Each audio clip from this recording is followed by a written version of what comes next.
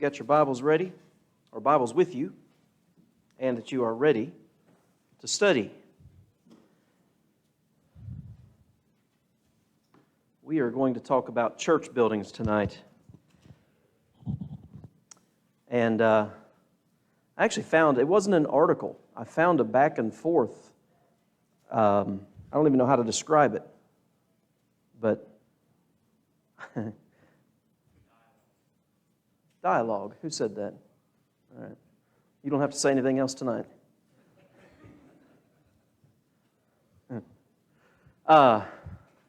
Church buildings. I'm going to start this class off just like I did. I remember exactly how I did with this one in the fellowship hall and with our young adults. So I'm going to start it the same way. Let's start with the, give me the pros of having a church building. 80 degrees? Oh, okay. All right, so you've got, what would you say? Indoors. How's that sound? What else? Okay. What? Centrally, is that, we're all together. I'm trying. Well, 14 people said something at once. We're all together, Kim was saying. We're all in the same vicinity. I don't know if that's right. Central location. Yeah, that's what all of you guys were yelling at me. Central location. Encouragement. I'm going to abbreviate that one. You have somewhere to keep all your materials and everything, so you're not having to bring stuff with you every time you leave. Who's talking? Oh, okay. I like to see who's talking to me. Here we go. Storage. If you've ever been under the old staircase downstairs or in the room under the fellowship hall. Okay. Numbers. How about that?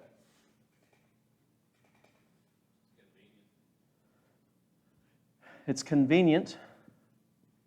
I'll abbreviate that one too. Okay. Maybe somebody who's okay. It'd be more neutral. That sound good? Neutral. Is the U before the E in neutral? It's EU?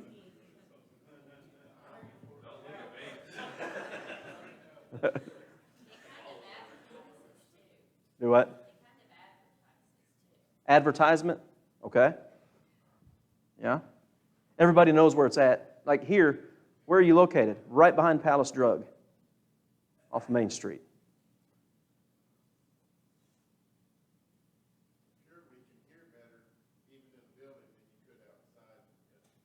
Okay. Okay. Accommodations, that's what I was thinking. Various okay, so you have sound, you have air, you have a restroom, you have, yeah, you get dark at 5 o'clock in the winter, so you've got all those accommodations that are met in a church building. Yeah, climate control, yeah.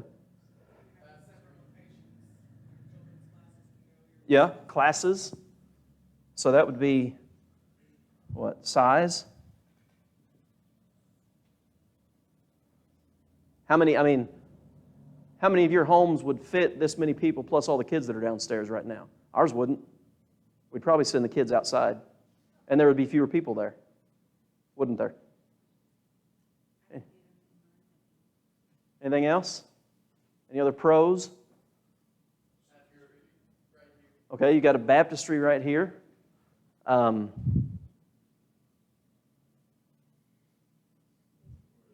could go under pros and cons, I'll tell you. We may talk about that a little bit. Ask those who take care of it. Anything else for pros of a church building? Apparently I need to work on my spelling. All right, what would be the cons? Maintenance. Yeah. What? Yep. Security. They have become a target over the last few years, haven't they? That's a reality in our world. What else?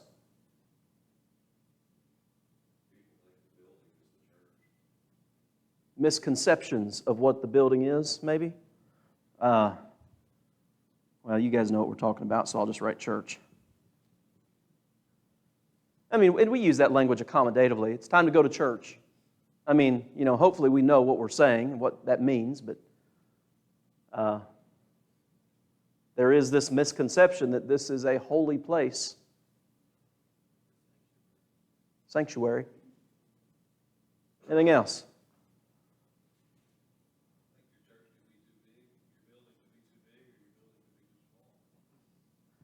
Okay. I tried out at a congregation, this is before we went to Pensacola, in Myrtle Beach, South Carolina. And they had, it was like 70, 80 members, and their auditorium makes this one look kind of small. Because if I remember right, I think they have 2 or 4 sections of pews long, and then it had a massive balcony. And I preached there, and there were like 6 people here and 4 people here. And there were 3 or 4 up in the back, and they were just like miles apart. And I'll just tell you, as a preacher, that's depressing to see that. And it's just a perception because the building is so massive. Well, I don't know. What other cons we got? So, okay, who said money? Okay, what other? So, money, all right? How? Okay, you got electricity. Insurance, that's a big one, isn't it, guys, elders? Roofing, just maintenance. I mean, all that, but I mean, maintenance is the heading, but there is a lot that falls under maintenance. Yeah, literature, cleaning supplies. You go in this room right up here, and it's got all kinds of stuff to maintain the inside of the building, and then you got to maintain the outside of the building, and the yard, and parking lot, and yeah, pay someone to maintain it.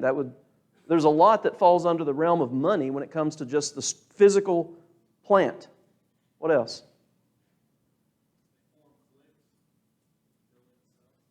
A building can form cliques. Assigned seating. Yeah. We can get, and you guys have heard me talk about that. We get stuck in our rut of where we sit. I shared an article, I think, recently in our group. Did I? Something along the lines of, go sit by somebody else. Worship with somebody else today, next to them. Okay. Anything else in terms of cons?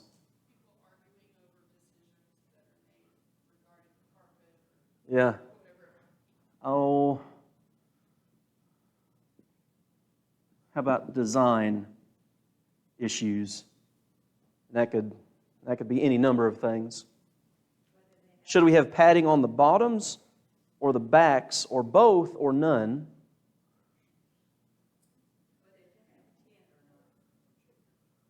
Have what?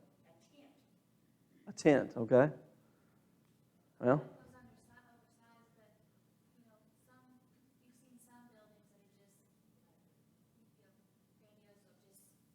yeah.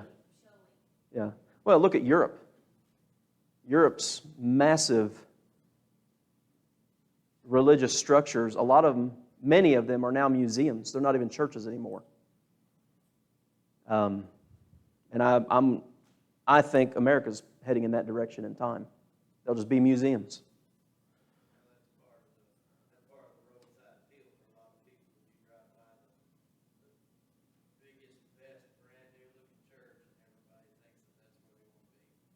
Yeah, okay. well, how about this one?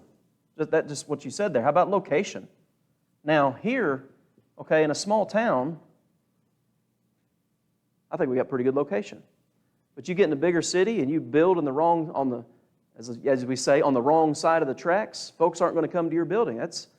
And like where we were in Leonard Street, it was not uncommon for most, when you get there for a lot of services, there would be homeless people sleeping under the awnings. And drugs. I showed up to work one day and we had a building, the building that had all the offices and classrooms was separate from the auditorium building. And down the left-hand side was a line of trees, and there was an emergency exit with an awning. There was a guy sitting under that awning one day. I just heard him moaning. He had a towel over his head, so I went over there and asked him what he was doing, and he came out from under the towel, and he had a spirits can. He had a towel folded, how would you say it? Scrunched up, pushed down in there, so it was soaking in the spirits, and he was huffing. Didn't even know his name. Had messed himself. I mean, he was a disaster. And, well, location can be an issue. Folks will drive by a faithful congregation. I'm not going there. It's in the wrong location. That's, well, I have thoughts on that. Anything else?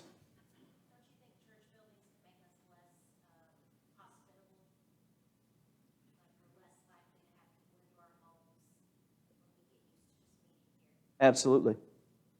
We just get used to meeting here. And you guys have heard me talk about that a lot. We come to church Sunday morning, Sunday night, Wednesday night. Our ticket's punched, man. We're good. We've done everything. Okay. That's what you think. Yeah, I think it can hinder hospitality. Because we can end up tying our spirituality to the building itself. Because, well, it's the holy place, that's where we worship. And that's not wrong. It is where we gather, we assemble to worship, but I think it can lead to other misconceptions. Anything else on either one of those? Pretty good list. So here's this back and forth I want to share with you. So again, talking about Bible authority, how do we come to the conclusions we come to? How do we know that what we're doing is acceptable or not? Is this a matter of fellowship? It is a source of division because, and it's very few, it's kind of like what we talked about, well, last week before that. Multiple cups. There's a small pocket of those who believe that the church building is sinful. And by sinful, what do you think their argument is? If they believe a church building is sinful, what might be their logic behind that? Spending the church's money on a physical plant. What did you say?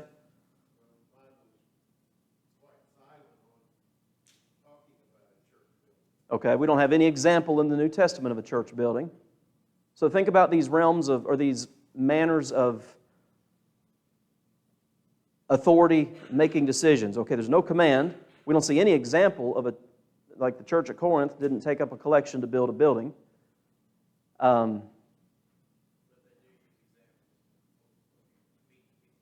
Yeah, you've got the church home church examples in Scripture.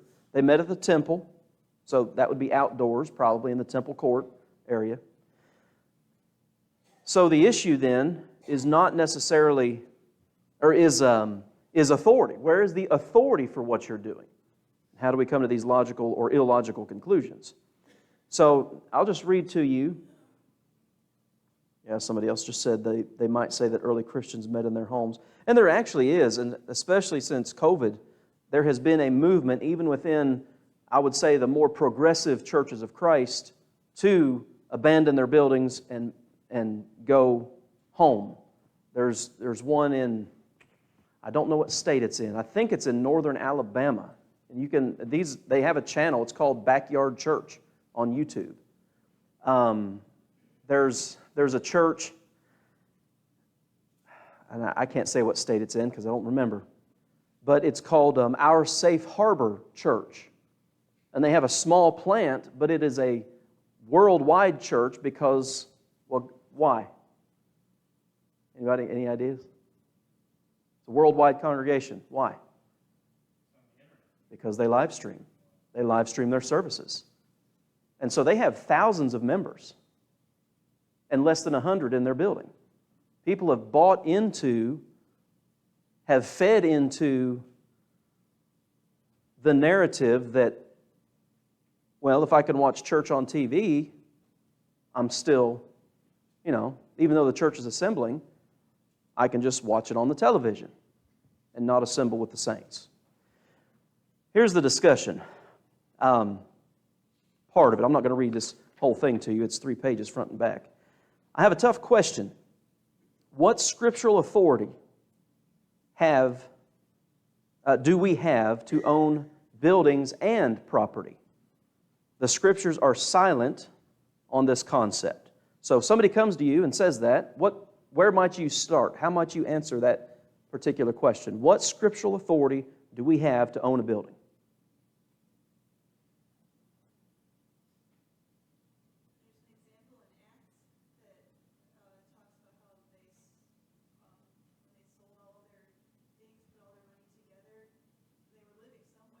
Yeah. Yeah. They sold their homes and properties, and this person actually mentions that. They say, well, they did that, but they didn't build a church building.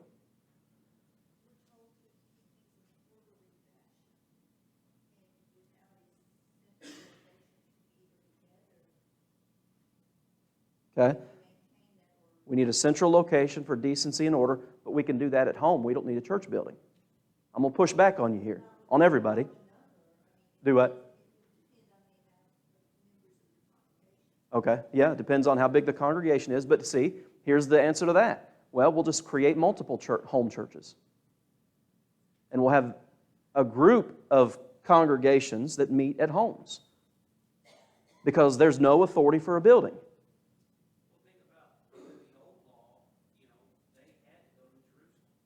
Okay? The Jews had to go to Jerusalem, to the temple. 3 times a year. Yeah. Okay. But they had instrumental music too.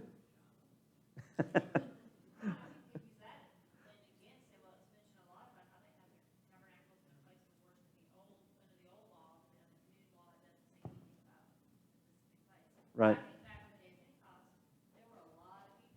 Yeah. Yeah.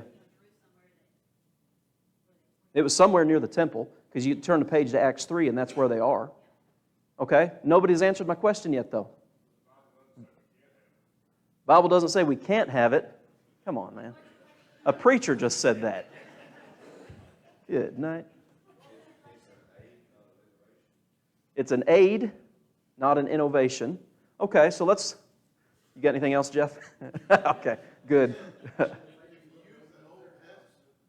Oh, just a second. Would they be willing to open their house? Yeah?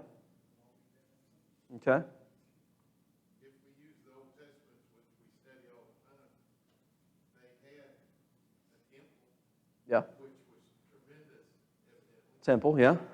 But the temple had instrumental music, so if we're going to build a building, let's put music in there. I'm being very antagonistic. No, that's not. And it was there. They had music in that building. Where did they go and study and preach a lot of times? Who? The new church. Yeah, at the temple. They went where the people would listen to them, They'd go to synagogues. trying to teach them. Yeah, they'd go to synagogues, but synagogues were Jewish, not Christian. There are a lot of retorts to all these points. That's the point I'm. They hit a lot of that by the lake, didn't they? So we could all go to the lake. Yeah, by the river, Lydia. Yeah, they had churches, but, well, okay, 1 Corinthians chapter 1. I hear reports from Chloe that there are contentions among you. Well, I don't know if it was in her house. Whose house was it in? Was it Phoebe that has a church in her house? Aquila and Priscilla, that's it. Aquila and Priscilla had a church in their house. They didn't have a church building. Can any of you define critical thinking? Somebody Google that real quick. Tell us what critical thinking is. Because we've just, and that's kind of one of the points of this class, is don't just have a canned answer that you can't back up with Scripture. Okay? Gail's going the route of the local eldership. They have the authority over a local congregation. Okay? Warmer. Would each house have to? That's a good question. Yeah? Well, I would think they would, because what is if... So like here, if you divide us up into 10 separate groups and we sell this building, what do we become then? The Mammoth Spring Churches of Christ? Or do we name ourselves Florence Street Church of Christ? You know? It's a good question.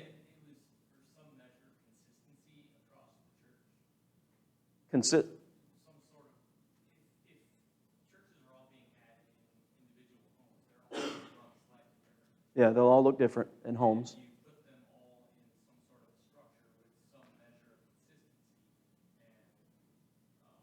and protocols set down that are made to be met in each of these buildings, then you have some measure of consistency Yeah. across the church. And I think that ties in with what Gail said, authority. There has to be, and so there is obviously biblical precedent for autonomy, a self-governing body. But anybody else? Yeah. I would ask that person, in this case being you, who's telling me that I'm wrong Yeah. for saying it's okay to be a building. And I just totally lost my train of thought.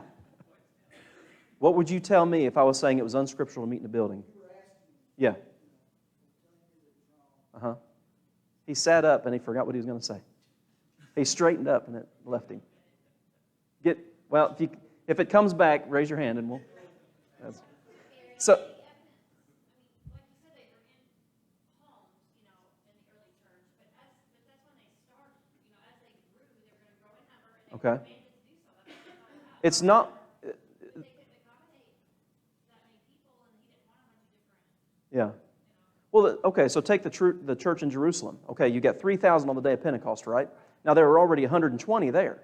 So that's a minimum of 3,120 because it says about 3,000 souls were added. Well, then you turn to chapter 4, and the number of the King and New King James says the number of men, that's actually the Greek term for males. The number of the males grew to be about 5,000. Acts chapter 6, the number of the disciples increased daily, it multiplied. And Kevin may have covered this in his Acts class. There's like several passages that address the not just adding 1 or 2 people a year, like we're used to seeing, but multiplying on a daily basis. They weren't building church buildings before the day of Pentecost getting ready for that, were they? So they met in the general vicinity of the temple. Courtyard, perhaps. Reggie, is it? No? Okay. Okay, so, still blank. So let's go back just for a second to, who's saying my name? Oh, yes. I don't know the context of this is, but in 1 Corinthians 14, Yeah. verse 23. Yeah. 1 Corinthians 14:23. If therefore the whole church be come together into one place, and all speak with tongues, and there come those that are unlearned or unbelievers, will they not say the year of man? So the gathering in one place, is that what you're referencing specifically? Well, in fact, in 1 Corinthians chapter 11, it does the same thing in terms of the Lord's Supper. 1 Corinthians 11:18, when you come together as the church. So I'm going that route for my answer. I think we could talk about local autonomy and the discretion of the eldership, but the command, so when we talk about, okay, aids versus additions, aids versus innovations, critical thinking. Did anybody look that up? Who's got it? What is critical thinking? The analysis and evaluation of an issue in order to form a judgment. the analysis of an issue in order to form a judgment. That means you have to think for yourself. That means you don't just want to swallow what you've been told. I want to look at the evidence. What does it say? What conclusion can I reach based on what I have? Okay? Critical thinking. So we can talk about the authority of a local. The fact of the matter is, there's no example in the New Testament of a church building, is there? We know that. But I think Timber, even more so than the authority of an eldership, I think what Timber pointed out, what's the command for the church to do on the first day of the week? Assemble. Well, it's kind of like go and preach the gospel. The command is to preach the gospel. The go, how do you do that? Who cares? Just go. Walk to your neighbor's house, fly to Africa. Go. So you have, one of the words I've used in this class is when you're fulfilling these commands, you have some latitude to do it in a variety of ways. So the command is to assemble. We know that the church assembled. We know that they came together on the first day of the week, Acts 20 and verse 7. We know that when they came together, 1 Corinthians 11, they came together as the church to partake of the Lord's Supper. So the precedent is for the first day of the week for the church to assemble. How do you assemble and where? Has God spoken on that? Has God legislated? No. So we talk about the silence of Scriptures, okay? That issue is a silent issue, but there is a command that backs the use of a place to assemble. And so you have discretion, you have authority among the eldership. What might be the conclusion? If you're thinking critically, if you're looking at the evidence, okay, we're supposed to assemble, we're supposed to do certain things when we assemble, we have local elders that have authority over the local congregation, maybe we can build a building.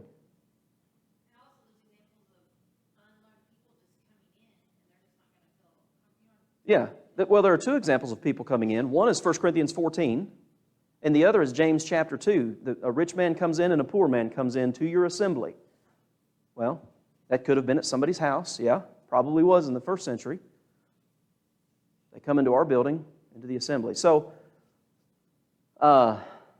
there is obviously latitude as to how and where the church meets, and even when on the first day of the week. I mean, it's pretty typical, 9 o'clock, 10 o'clock, the when, but I mean, if we wanted to, we could meet one time on Sunday. We could start at 11 o'clock, worship. We could eat lunch together, have Bible class after that, for however long we wanted to. We're just used to our, to our habits. We're used to our habits. So I want to read this to you. Under commandment to assemble, we are under the commandment to assemble with the saints. Of course, you've got Hebrews 10, you've got 1 Corinthians 14. But where, what kind of structure is left to the judgment of each congregation? One church may rent a place to meet. I've seen that done, like in bigger cities, in like those strip mall areas, a congregation will rent out what we might call a storefront. But, well, that costs money, doesn't it? Well, who pays for if you've got a big house and you're willing to host, somebody's got to be paying for that. One church may rent a place to meet, another may build a permanent facility, still another may meet in a home. All are allowed or authorized as means of carrying out the commandment to have assembled worship. And that's what I was saying. In terms of aids versus additions, in terms of aids versus innovations, in order for something to be expedient or an aid, there has to be a command behind it, right? The command is to assemble. Well, what's an expedient that can help us assemble? A church building, a storefront, somebody's house, whatever. It's left up to the discretion of a local eldership. Let's see here. I like this one, talking about an example. We must be careful not to demand a specific example of everything before saying it can be done today or saying that no authority exists for such practice. Such logic, that is, you have to have an example of everything, would prohibit the use of electricity, plumbing, public address. You got to have some kind of an address, overhead projection, etc. Remember, whatever aids us in accomplishing the spiritual work we have been given is legitimately authorized. What would the Greek word for building be? I don't know. I know the Greek word for house is oikos. You guys heard of oikos yogurt? You're eating house yogurt. You know that? But I don't know about building itself. Let's see. It seemed like there's something else I wanted to read on here.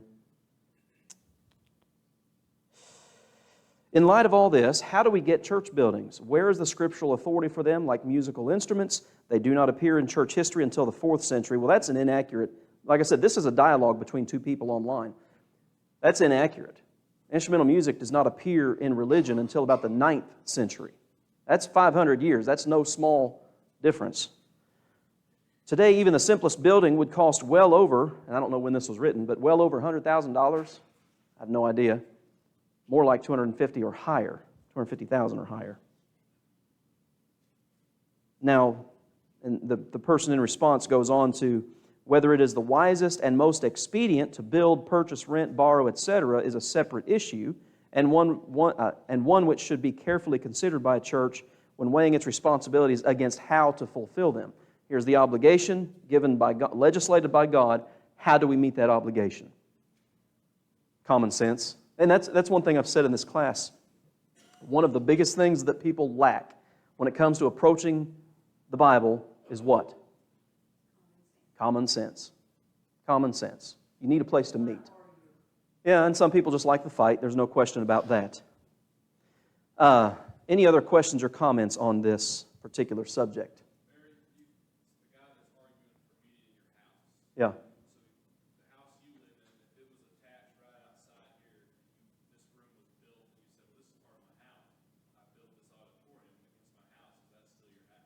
So the guy that's arguing for him arguing that we have to meet in our homes, Yeah. we have to bind somewhere on a wall that's not bound. Say you can't build any room bigger in your house. You would have to make a requirement. Yeah, we're going to set up, is this like a zoning and planning committee? How many square feet can you have? You would have to at some point, though. Danny, you got anything to say? No? Okay. I didn't think so. Well, that's an interesting thought. Okay, if you can't have a church building, but somebody wants to sponsor the church in their house, could they have a house and then build a, let's just say a metal building connected to it? Yeah, that's my house. And it's got pews in it. And yeah.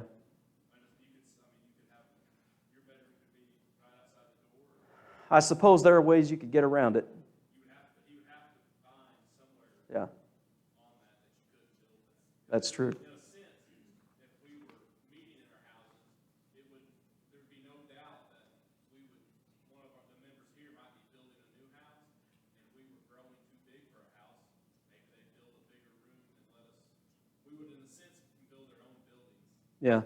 Well, we could all pool our money together and help build a bigger house for them. And we would build a bigger room just like this. Yeah. That guy, he would have to make a law somewhere that's not made in the Bible Yeah. about how big a room could be. Well, and that's one of the purposes of this class is to discuss law, liberty. I think that's a good word, liberty. The latitude that God gives. He has a command. How do you fulfill it? Well, He doesn't say, we just have the command, and now we go about it with some common sense and under the oversight of a local eldership. And oh, Several years ago, I was working in Oklahoma City, hanging lunch with a guy that was part of a at-home church. okay. So I talked to him about that for like an hour. And it was pretty interesting to me how that started, because they were a church of about 30 people. And it turned into an argument of like being a good steward with their money, because it was expensive to rent a place to Yeah. meet, and the numbers were getting big enough, they thought they were gonna have to rent somewhere bigger, so it was gonna cost even more.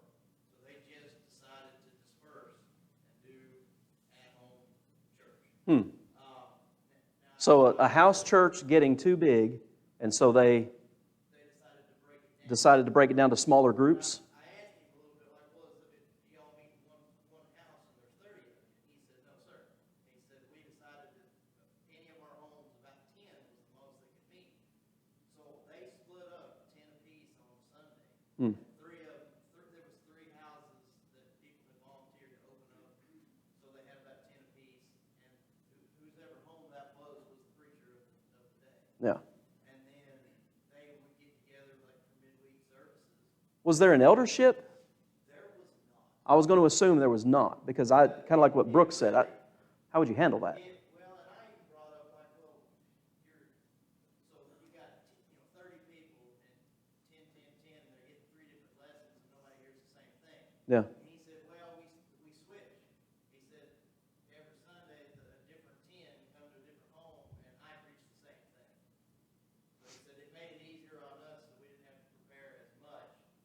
And they're not paying a preacher. And they were not paying for a place to stay. He said it all comes down to being good stewards of our money. Mm-hmm. And we were able, he said, we're able to give more to places that we agree to give to. Yeah. That was their argument for why they had at-home church. Gotcha. Stewardship. Okay. Who's liable for the building?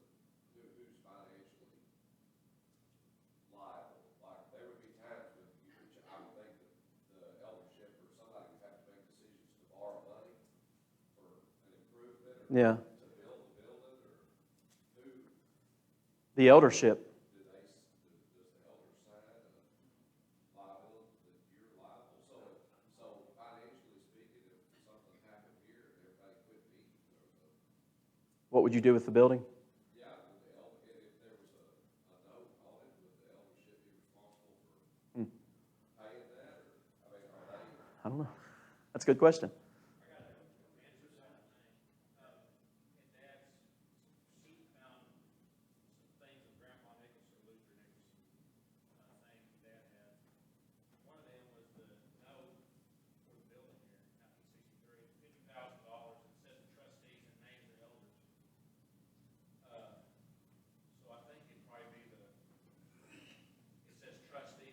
Trustees. I heard that everybody, every member in this bill signed on that note that they would have covered.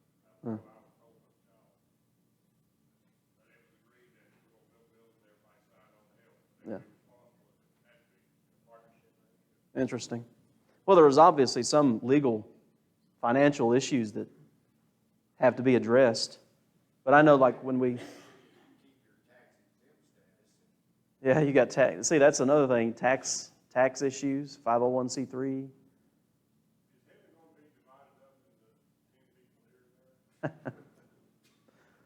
Some would probably like it that way. You stay over there and I'll stay over here and we'll mind our own business. As far as I know, no. Well, I mean, you got pros and cons. We need to wrap it up for tonight.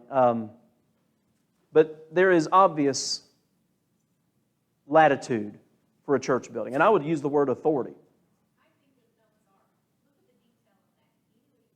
Noah's Ark? Yeah. But God told him to build that. He didn't tell us to build a building. Yeah, he would have specified, sure. Well, there's nothing unscriptural about having a building. I think there are some pros and some cons, and so do you. That's something to be discussed. Yes? I think that whether we're assembling in a church assemble, as long as we're scriptural, we better not get too comfortable in our worship. Exactly.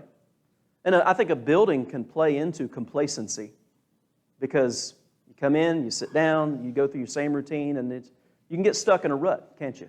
Yeah. Yeah. All right, so next week what we're going to talk about, and this was a special request, is children's church. All right, thank you guys.